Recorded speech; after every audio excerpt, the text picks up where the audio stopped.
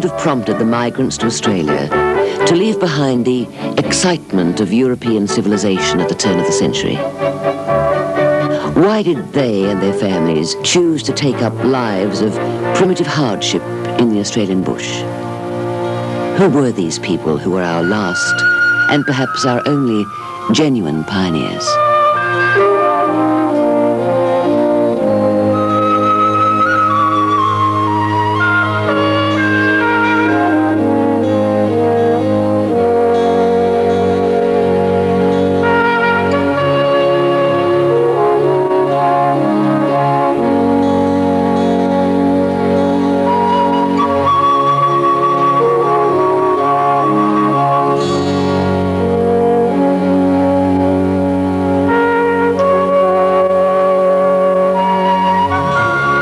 Recently, I had the unique experience and good fortune to meet a man, a gentleman in the true sense of the word, who spent the first 25 years of his life as a pioneer.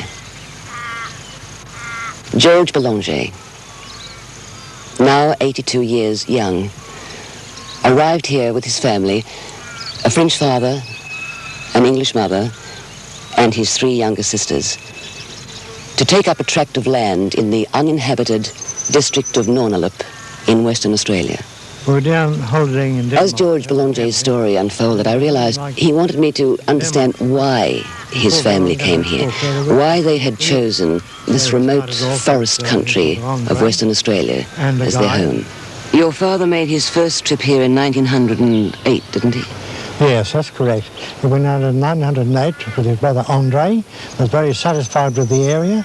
He returned to Albany and consulted with Mother. They returned again to have a look at it a year later. That resulted in them going out, the whole family, in 1910. I was then approaching the age of 9.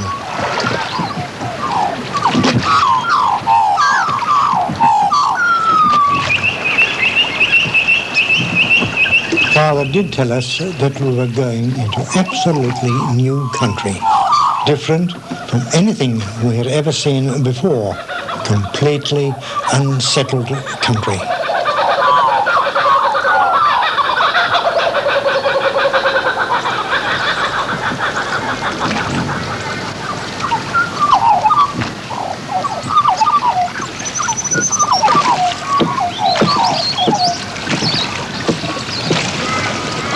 George, what were your feelings as a 9-year-old boy when you first came down the river? Well, absolute bewilderment, surprise that anything like this could exist. It was so strange, so beautiful, and completely unexpected. Father and I went up the river in the little boat to pick up one of the workmen who was at the homestead site, and another lighter boat that we could use to transport the rest of the family.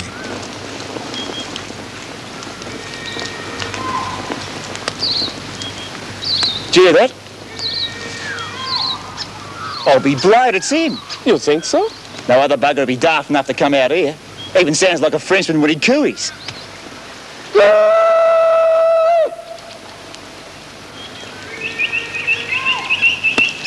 Right, let's go and meet his lordship.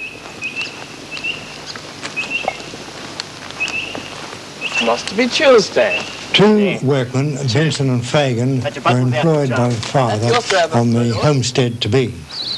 They had gone out earlier with Father, almost a year before, to commence clearing the area where we would build a house.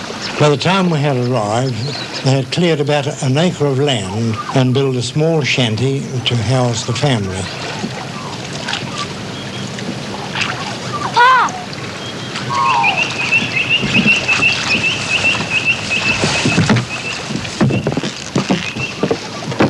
Mr. Bellanger, how are you, sir? George, we must go back before sunset in Pioneer. Mrs. still back at the beach, eh? Mr. Benson, you will sail the yacht and take me in the small boat. George, you will stay here with Mr. Fagan. Papa, I don't want to stay. Eh, alors, non, tu restes. Come on, lad. You can share some of my roast stew around the campfire tonight.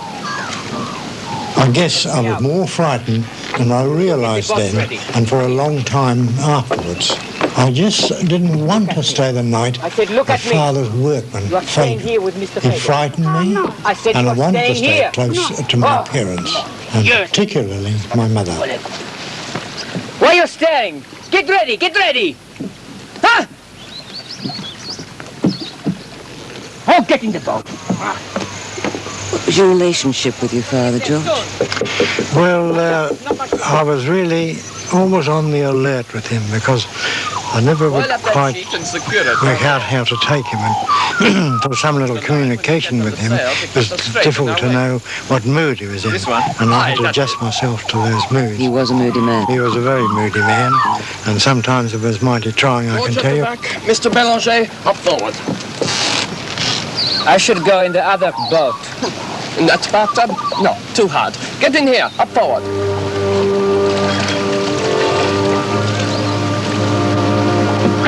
Dépêche-toi.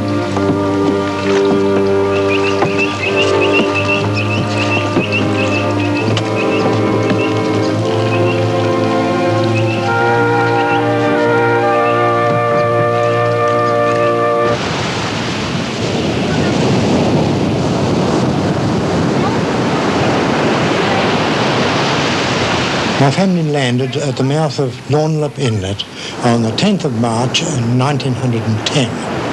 Father had chartered a schooner out of Albany to bring us the 75 miles along the south coast to our new home. My mother and my sisters, along with our governess, stayed with our goods and supplies piled up on the beach. Oh, dear. Oh, I can't manage it. Yes, you can. It's too heavy. No, it's not. It's too awkward. Well, take off your cape, your skirt, your boots, and hoist up your skirt. Madame! Dorothy, don't give me any twaddle. Just do it.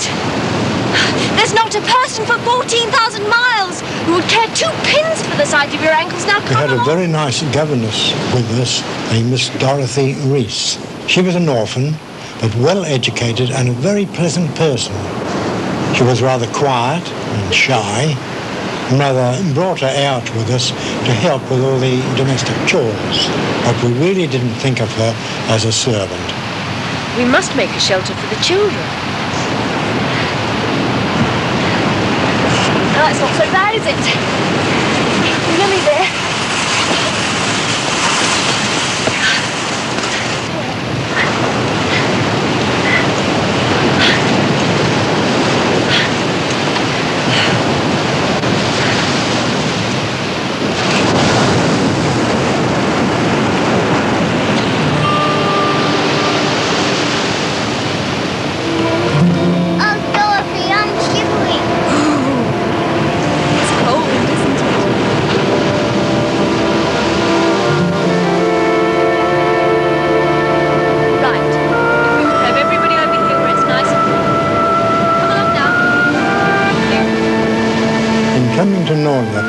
My parents must have known that they were choosing a life of quite daunting hardship.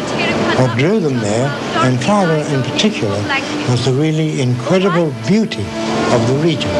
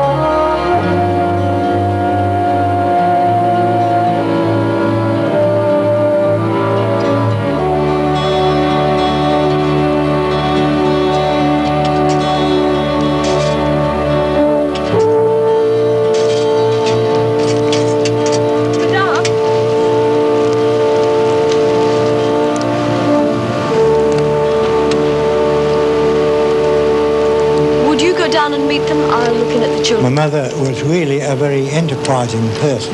And when darkness came on and she began to realise that it might be some time before Father returned, she got the rims of what was going to be our water tank and made a small shelter to house the children overnight.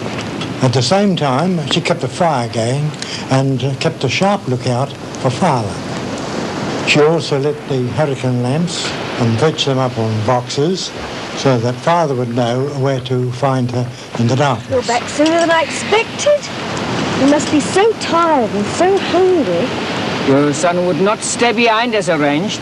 He probably thought that he could be a big help to me back here when we're loading up in the morning. Your mother was a great diplomat.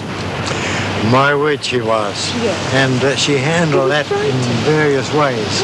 If she couldn't get her way or bring persuasion on Father with words, well, then she'd get to action in preparing and hustling us all together and get on with the work. Mr. Benson, how are you? Mrs. Bellanger, it's nice to meet you again. And Pierre has introduced you to Miss Reese. Miss Reese, Mr. Charles Benson. Delighted. We don't have many visitors. Well, none, in fact. Yes, well, is dinner ready, my dear? Yes? George, fetch the plates there for Mother. Is everybody ready for something to eat? Yes. You cannot Your imagine. father seemed terribly particular about his meals.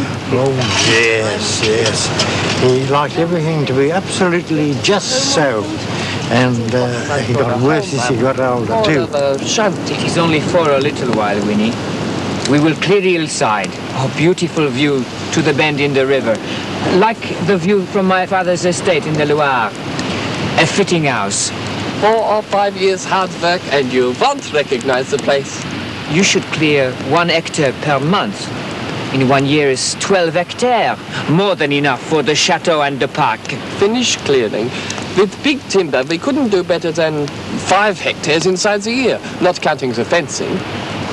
You have cleared 5 hectares during the past year? No, we've cleared round the shanty a bit, but that's all the actual clearing we've managed. But I gave my instructions. So you did. The fence block 293, fence block 371, and around the home block, all our time frittered away to keep open blocks of land that may never be cleared. They will be cleared, I assure you. Not by me, Mr. Bellanger. I'll be 6 feet underground before most of that timber is felled. Madame, thank you for dinner. Miss Reese. Mr. Benson, will you not sleep by the fire? Thank you, but I've got my spag and I'll shelter down near the vaults.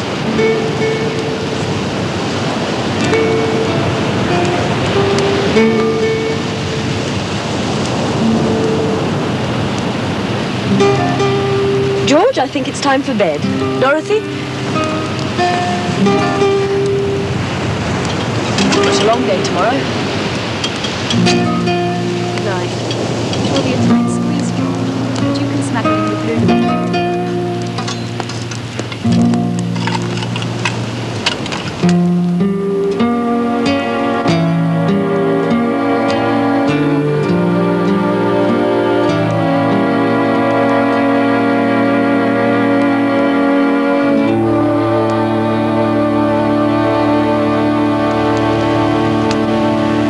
There must have been many times, George, when your father questioned his decision for coming out here. Oh, my word, yes. He would demonstrate that in various ways. Rich lives to pursue your father's romantic vision of life in the Australian bush. Your mother made an incredible decision to help your father displace all you people from Europe and bring you out here and start again with virtually nothing. Yes, that would really be the case. Of course, Father did want to get away, but it was difficult under the conditions of not having the means required to make a move like that, but nevertheless, he had the courage to do it.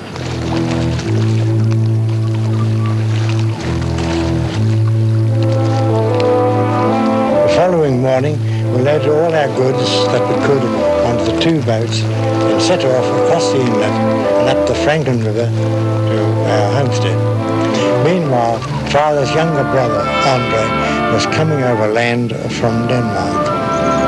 Andre came with pack horses and a milk cow that was required for my baby sister, Maud.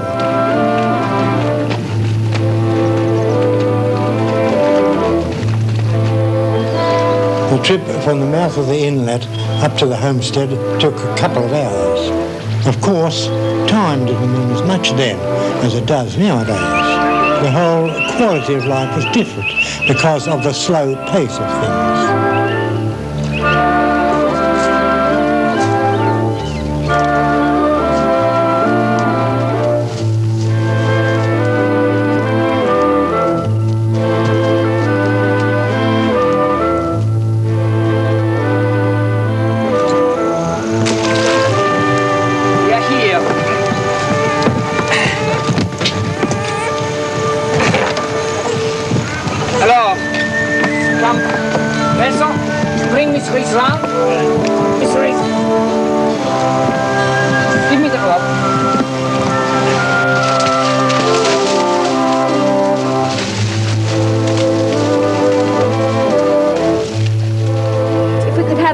Basket first, then if you'd like to unload the rest of the personal belongings. All right? Dorothy, if you could take the children off and amuse them while the men are unloading, please. George, we're going to need you to help the men unload. Off you go. What do you want to say? Right, lad. You hop into the boat down the stern end. You can pass us out the small parcel. So what do you want to do? You're going to be hiding or seeking? Yeah, just there. Under the chin. Je l'ai dévancé. But it's a terrible journey for Andre. You said so yourself.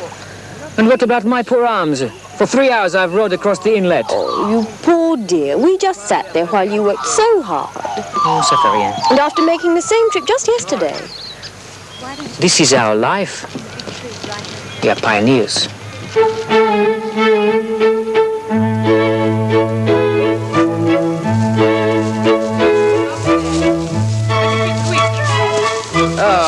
Young George! Andre's departure time from Denmark was timed so that he would arrive at Nornalup at the same time as a family which was coming by boat. Lulu! How are you, eh? Good? Hello, Andre. Come on, Did your Uncle Andre live here with your family?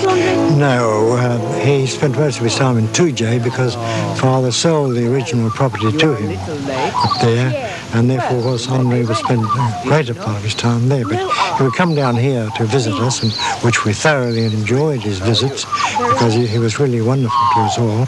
So, we have beaten you here. And ours was the most arduous journey you can imagine. Arduous. Arduous sailing a boat. If you could have seen the bush, impossible, I swear. Ah oui, bien sûr, mais mon cadet. If you could have seen the waves on the bay. A short journey of 10 kilometers. Whose ordeal was the greater, whether by land or by sea? Really, Pierre? Il se moque de moi. Oh, you two. I think you invent reasons to argue. Now we must unload quickly. There's so much to do. Your horse would make a sight more easier work of that hill than my poor legs. We could make a sled out of that packing crate. Excellent.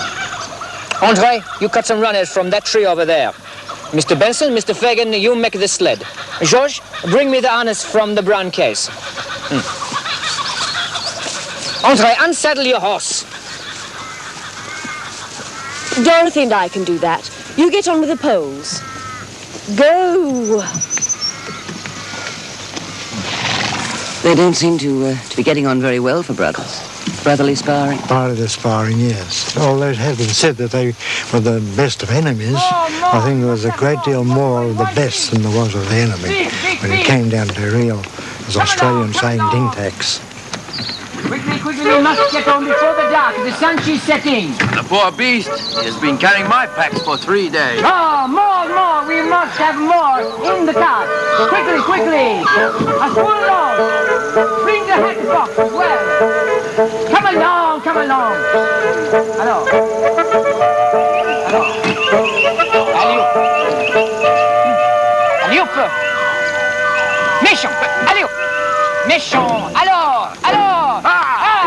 Hey. Oh. Alors. Oh. Stupid animal. Oh, get him to go. What are you doing? Get the horse.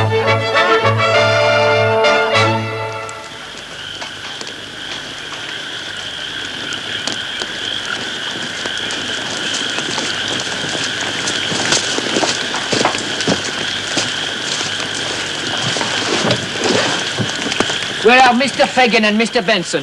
They say they have finished their work for the day. Well? I'm afraid, Pierre, if you wish to sleep tonight, you must help. Oh, take this to the tent.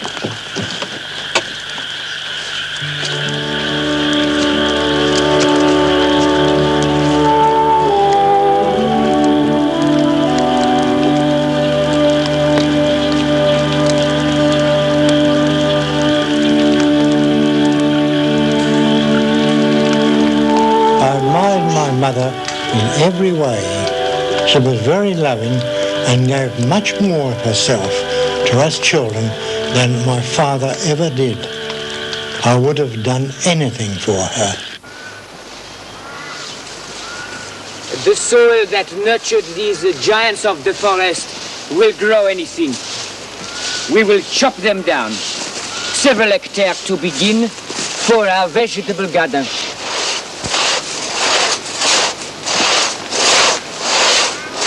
Our clearing has begun. My father took up 4,000 acres of Nornalup, which was really too much in that type of country.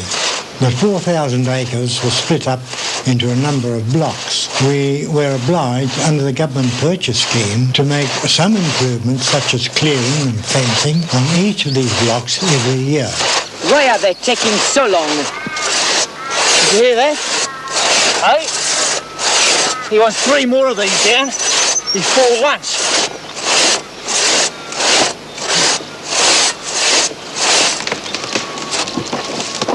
It's about to go. Stand back!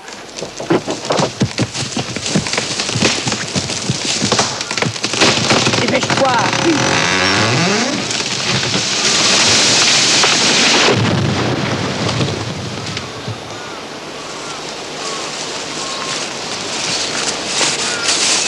We can burn the trunk. No way. Eh? Tingle don't burn. Not green anyway. A tree that won't burn? Too right. Australian hardwoods. Have to split them in half. Dry them out first. What a tremendous task it must have been, George. What procedure did you use to clear the land? Exactly. Well, our first thing to do was to cut down all the scrub right down to the ground and let it dry for a while and then burn it. Then we would have to tackle the logs on the ground. How did you burn such an enormous log? For a little while we had to let it dry, and then we used explosives to break it open.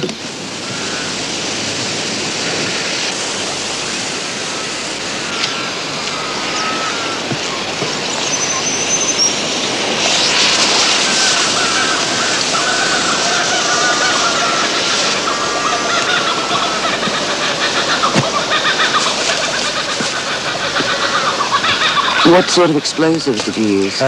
Gelignite and gunpowder. In splitting, we found that gunpowder was better than gelignite. Gelignite seemed to shatter so much, so we used gunpowder, which opened it out properly. Cache-toi! Imbécile!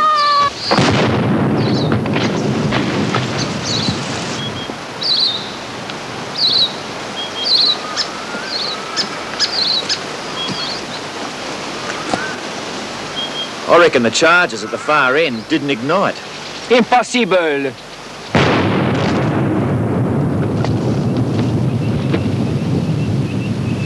Impossible, eh? Yeah.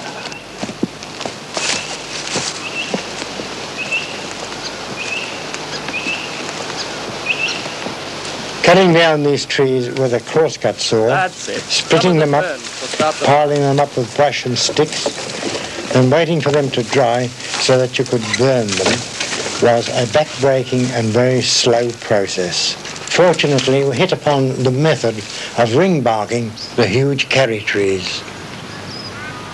I cut through the sapwood, killed off the upper branches, but left the trunk standing. This meant that we could use the paddock sooner, as we had less of the big timber to clear. How come it took longer for these trees to die? They had been frill-ringed, and it has taken all this time to kill them. But they are dead. Very dead. Not like the home paddock. That was quicker, but there are suckers all over the stumps now. Because we set-ringed them. You'll make a good bushman yet, George. Now and again, the family would come out and assist in the clearing process. They'd pick up sticks and small pieces of branches for piling round the logs and on the bases of trees which had to be burnt down. Of course, a great part of this was that the family really enjoyed these activities. Oh,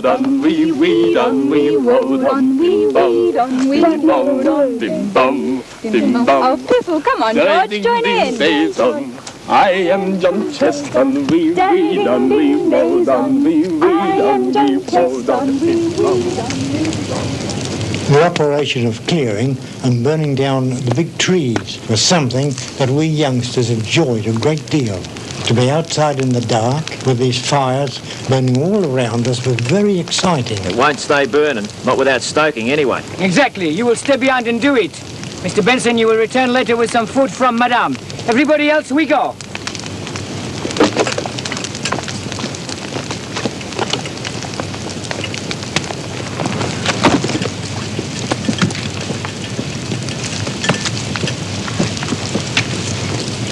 Over a period of time, Miss Reese, our governess, and Charlie Benson, father's Swedish workman, became fascinated with each other and fell in love.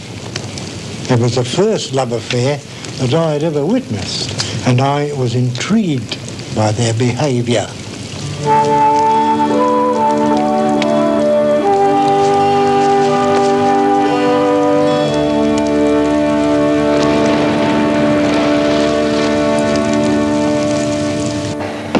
George, lessons. But Mr. Benson said I could help him today. And I said you could help yourself to your books. I have your favourite today, grammar. Now, if you'd like to start from the top of the page and work down to the bottom. Pierre. Mr. Smith will be here by noon, Pierre. Oh, oui, Mr. J.D. Smith, the most expensive carter in the Antipodes. The cheques will need to be made out for posting with Mr. Smith. The bills.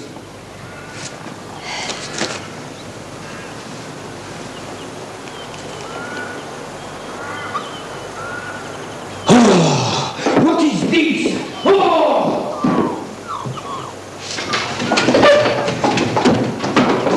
Impossible, impossible. The man has an imagination like a madman. Who? One tin of pâté? Oh, Pierre, don't you remember you asked for it? You and Andre had it the last time he was down.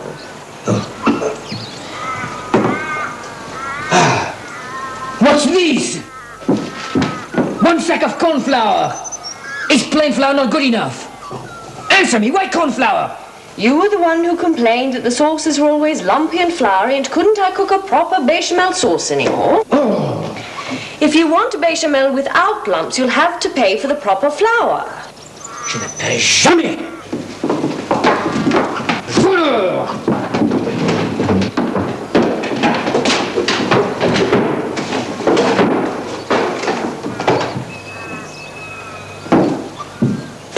Out of the way. Quickly. Money was always a problem for us. Father came to Australia with £6,000, quite a fortune in those days, but not enough for an enterprise in a remote place like Nornalup. I suppose one of the major costs would have been the cartage of supplies, wouldn't it, George? Oh, that was. It was really pretty heavy. The fees paid to the carter to bring out all of the various supplies that we required. Father decided that the way around this expense would be to buy a horse. We already had a cart, so the purchase of a suitable horse, a semi-draft horse called Nugget, was organised through a friend of Father's in Tujay. Dependable. Don't you think our friend Clarkson has given us a good horse, huh? An easy trip to Denmark behind such an horse.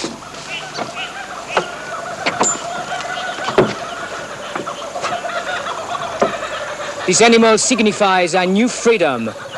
Never again will we have to pay to cart our goods. Never again will we have to carry our heavy tools to the paddocks. Nugget is a noble beast of burden. Alley-up. Alley-up. George, check the bridle. Perhaps there is something wrong. Nothing, Papa. Alley-up. Avancez. Mr. Benson, lead the horse. Alley-up. Forward. Alley-up. Let's finish, Todd. Forward. Écoute. You will not defy me. I am much, much cleverer than you. Get some leaves, some dry leaves. Je suis Pierre Alphonse Bellanger. Personne ne me résiste jamais. Hurry.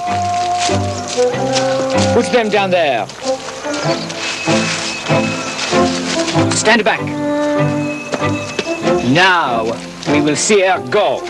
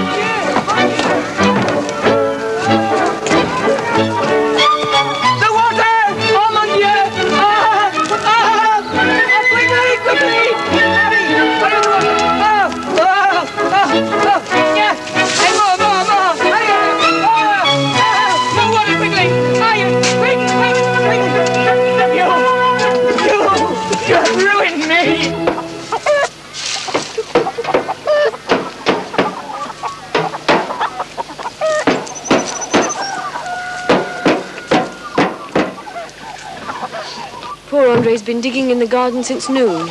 Oh, oui, but the digging will mean nothing if the pest get our vegetable first. You have a solution? Exactement. I am doing the work of the brain first, and the work of the muscle follow, not the other way around.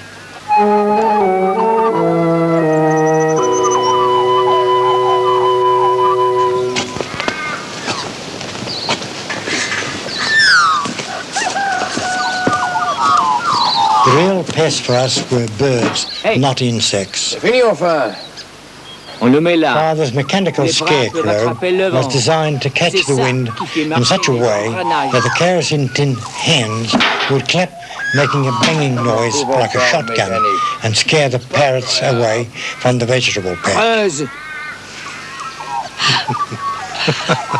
Of course, having a vegetable garden was a great necessity, wasn't it? It should be in the center of the garden. Would, yes. There was plenty of game, and fish and ducks and swans, but of course we had no vegetables at all. And that was Father's pride and joy, apart from being work. It was a hobby of his to have a really good vegetable garden, to think of everything that was possible to plant, he planted, and it became to a point when no one was allowed to go near it. Even Mother, when she'd come forward to cut something, he wouldn't, and that's my best, you can't have that one. The pièce de résistance. A wing flapping, tin clanging, gyrating, and self-steering scarecrow.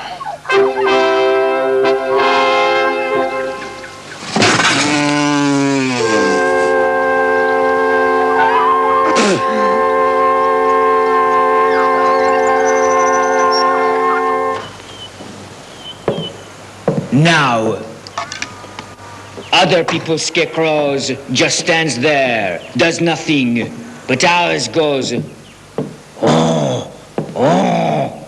The parrots are dead. Gradually, over a period of years, our house was finished and we started to live a more comfortable life. It could never have been anything like the life my parents had in Europe.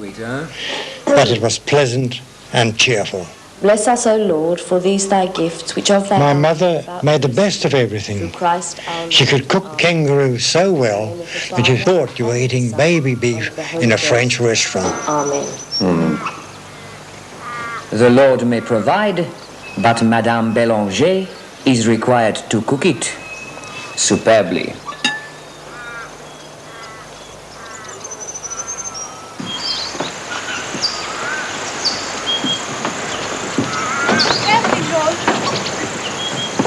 Lily, darling, can you manage? During those years, it was always a battle just to survive at Nornalup. So any little diversion was a great joy to us. When you don't have much, I guess you treasure it all the more.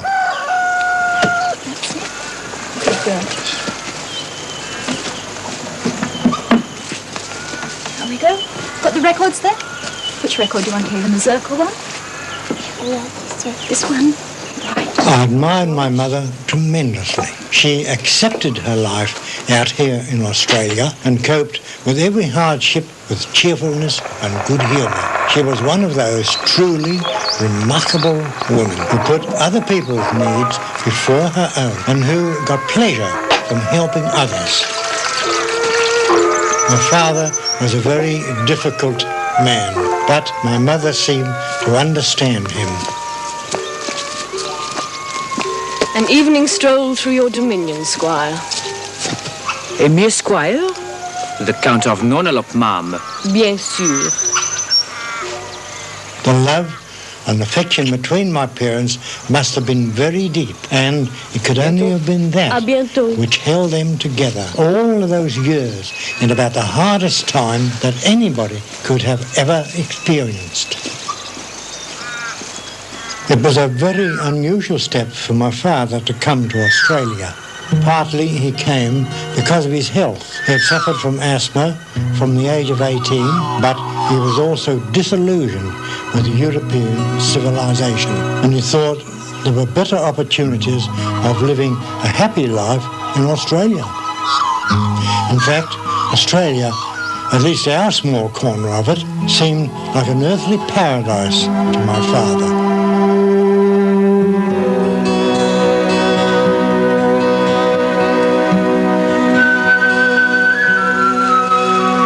My father was a man who always commanded respect, but not much love from people. The only real exceptions were my mother and my sister Lulu. Father showed much more of himself to Lulu and was far more caring of her because of her disability. She had injured her leg as a young child and had to use crutches until she was in her late teens.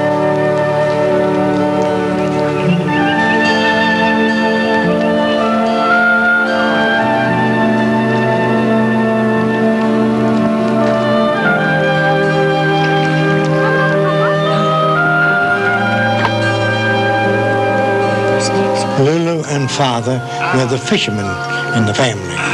They could go out on the river and catch a few days' supply of black bream in an hour.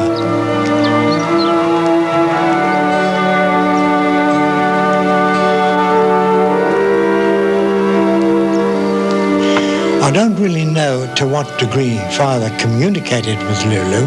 Perhaps what was important was just being together. There seemed to be some bond that developed between them.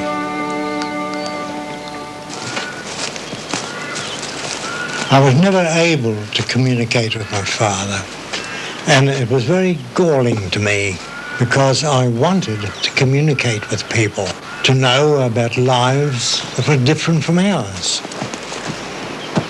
Are there any children in the new family at Kent River? How would I know? They are Australians. I can remember looking to the range of hills to the north of us and thinking, beyond those hills, there are other people, and I can't get to them. I felt stuck in that spot. She was supposed to be here yesterday. What's the use of a midwife who comes for the christening, huh? Will you be able to get to Thompson's tonight? I must. Go to my wife. Mr. Bellanger, what do I do?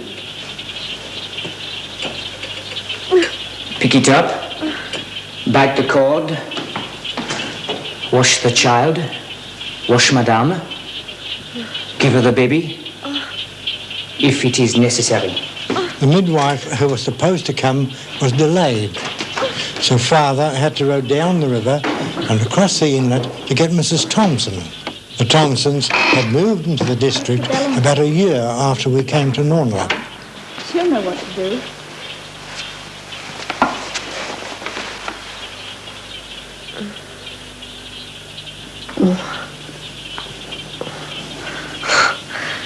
Don't worry, I've done this before.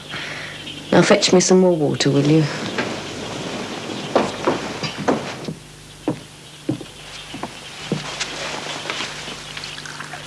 Were you aware of what was happening in the next room? No, I wasn't. I was a bit apprehensive of what was going on, but I wasn't aware of what it was. People of my parents' generation were reluctant to tell their children about the facts of life. My mother may have talked to the girls a bit, but my father never. I was completely ignorant.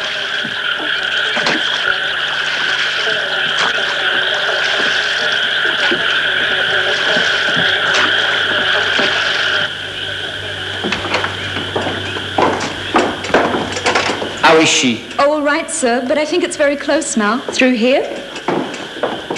I'll be outside if anything happens. Hi, Mrs. Thompson. Oh, Mrs. Bellanger, thank you for coming. That's quite all right. I'm very glad to help out. Now, let's pull you up a bit.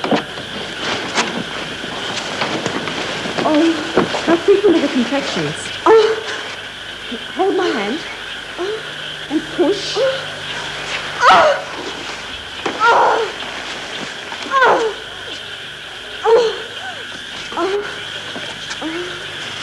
When did she begin? About 11 o'clock. Have you got plenty of water heated? Yes, ma'am. And the towels are all set out over here. Push. Push. Push.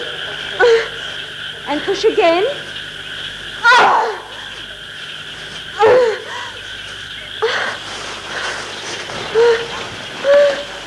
Push.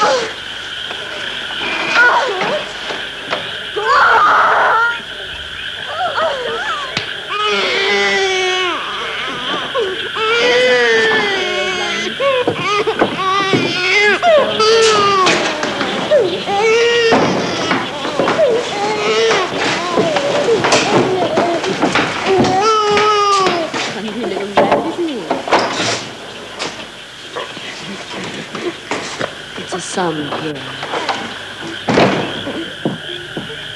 And which of the children was it who was born that night? Oh, this was my brother Ted. He was quite a while at a level when he got 2 or 3 years old, and began to take charge of everybody and everything, including Father.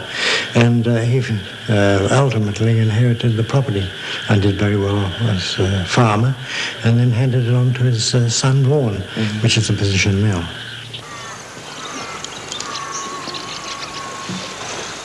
When can I see Mummy? After breakfast. When every single spoonful has gone in. George, you too. When you've all finished, we can go and see Mummy and the new baby brother the stork has brought you.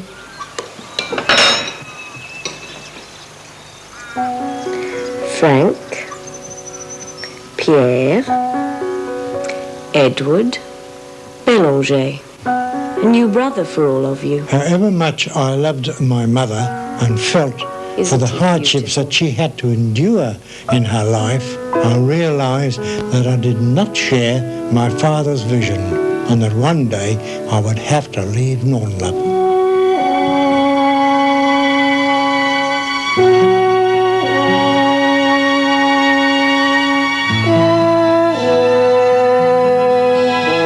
George Bellanger did leave Nornalup and didn't return for 23 years, just in time for his father's death in 1945. Special permission was obtained from the authorities to bury Pierre Bellanger on the hillside overlooking his beloved Franklin River. Although he was a failure as a farmer, it was Pierre's vision of Nornalup as an earthly paradise which ultimately triumphed. The entire region was declared a national park, and its great beauty preserved for all time in much the state that the Bellanger family had found it when they arrived as the first settlers in 1910.